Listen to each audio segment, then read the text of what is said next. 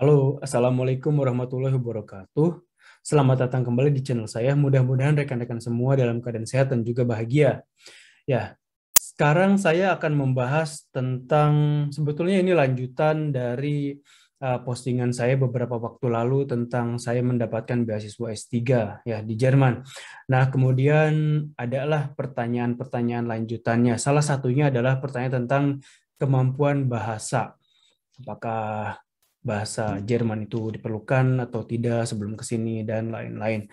Terus terang ini adalah pengalaman saya saat S3. Tapi sebelum saya menjawab pertanyaan ini, saya flashback dulu ke eh, saat saya mendapatkan beasiswa S2 terkait kemampuan bahasa Inggrisnya ya, karena ini saling terkait, saya tidak bisa memisahkannya. Nah, saat saya apply beasiswa S2 di Korea, saat itu saya tidak menggunakan TOEFL atau IELTS sama sekali ya.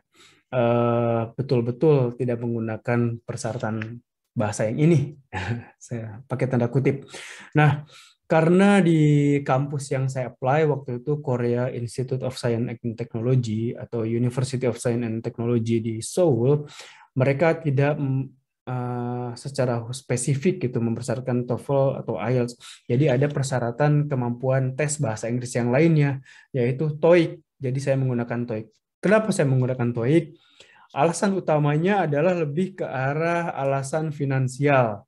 Karena untuk tes TOEFL dan IELTS yang resmi itu, yang di ITS itu cukup mahal ya. Apalagi IELTS. IELTS itu sangat mahal dibandingkan TOEFL, apalagi dibandingkan dengan TOEIC. Nah, kemudian juga ada kabar dari beberapa rekan juga yang menyebutkan bahwa TOEIC itu lebih mudah dibandingkan TOEFL dan IELTS. Tapi intinya bukan ke situ. Utamanya alasannya adalah karena isu finansial ya saat itu. Dan kemudian ya alhamdulillahnya tesnya hasilnya melebihi batas yang dipersyaratkan oleh kampusnya saat itu ya. Alhamdulillah sekali. Nah, kemudian selama di Korea itu karena ini adalah international program, jadi selama perkuliahan menggunakan bahasa Inggris ya, tidak menggunakan bahasa Korea, alhamdulillah.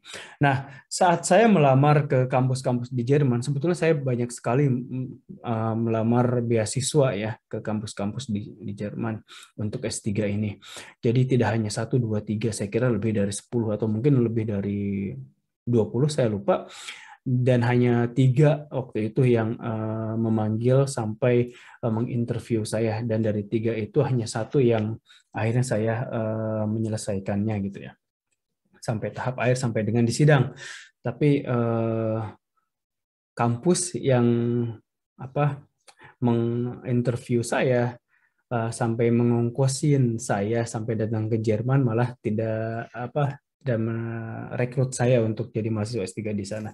Tapi alhamdulillahnya saat itu saya sudah bisa terbang ke Eropa pertama kali, yaitu ke Jerman dengan biaya dari kampus untuk interview saya saat itu, untuk interview S3.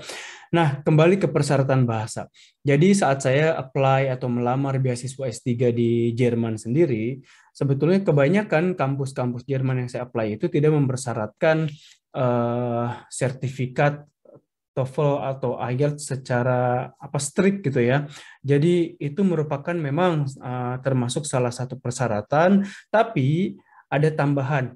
Jika kita sudah melakukan perkuliahan di pendidikan sebelumnya dengan program bahasa Inggris, itu tidak lagi memerlukan hasil tes bahasa Inggris baik itu TOEFL atau IELTS ya.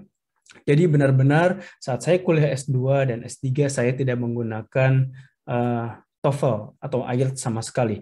Jadi saya gunakan surat keterangan dari kampus S2 bahwa perkuliahan yang saya lakukan saat di Korea saat S2 itu menggunakan bahasa Inggris. Dan beberapa kampus sebetulnya juga menyebutkan jika mempunyai sertifikat tes kemampuan bahasa Inggris tentunya akan lebih baik. Makanya saya tetap mencantumkan hasil TOEIC yang waktu itu saya gunakan untuk apply S2 di Korea. Walaupun sudah lebih dari 2 tahun tentunya ya, tapi tidak apa-apa. Dan saya bisa juga akhirnya diterima. Nah, tapi take home message-nya saya tekankan untuk rekan-rekan yang mau apply, lebih baik tetap mempunyai hasil tes kemampuan bahasa, baik itu TOEFL atau TOEIC atau IELTS maksud saya, TOEFL atau IELTS, karena kedua hasil tes bahasa ini lebih diakui di seluruh dunia. Walaupun TOEIC itu juga dari ITS juga ya, tapinya kalau untuk pendidikan biasanya menggunakan TOEFL atau IELTS. Jadi saya sarankan jika tidak ada masalah dengan kemampuan finansial, silahkan ambil tes salah satu dari kedua bahasa ini, tergantung negara mana atau kampus mana yang akan Anda apply.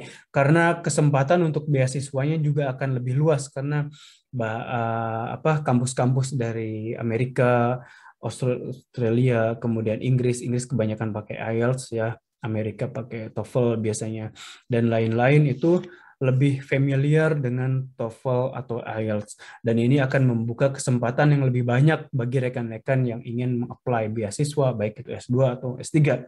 Nah, itu saja sharing saya kali ini. Mudah-mudahan bermanfaat. Jika ada pertanyaan lagi terkait beasiswa, silakan saja komen langsung di bawah. Insya Allah mungkin nanti saya jawab kalau ada kesempatan atau kalau misalkan saya menjawabannya. Nah, terima kasih. Tetap menggunakan protokol kesehatan karena di Indonesia sekarang kasus COVID positifnya makin naik terus. Mudah-mudahan semuanya dalam lindungannya. Semoga bermanfaat video kali ini. Assalamualaikum warahmatullahi wabarakatuh.